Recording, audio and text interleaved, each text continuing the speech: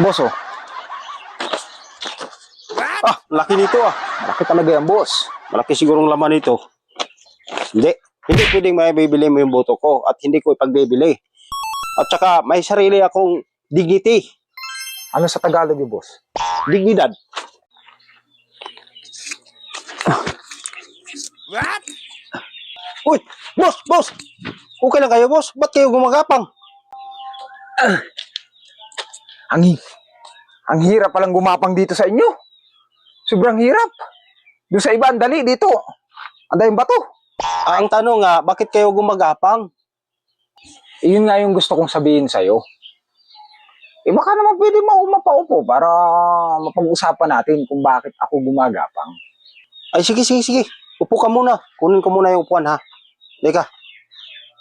Upo ka dito. Para mapag-usapan natin. Ano ba yun? Di, upo ka. Ano ba yung pag-usapan natin? Salamat, boss, ha. Boss, nandito ako kasi alam mo na yun. Para namang iba ka eh. Alam mo na yun. May ibibigay ako sa'yo. Pero, syempre, alam mo na.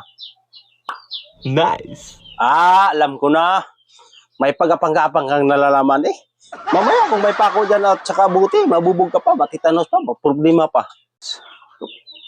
Hindi ka naman na, Kaya nga tinawag na gapang. Igagapangin ka. What? Oh, sige na.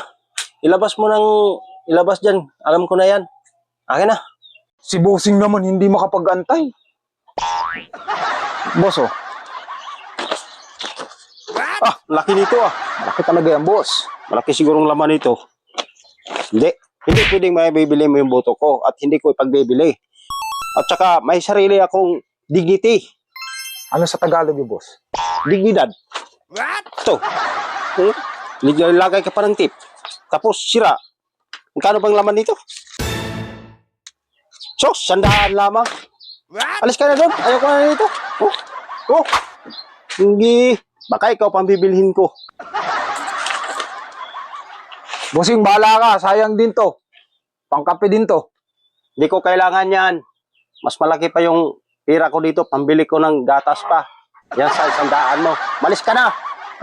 Hindi ko kailangan yan. 100.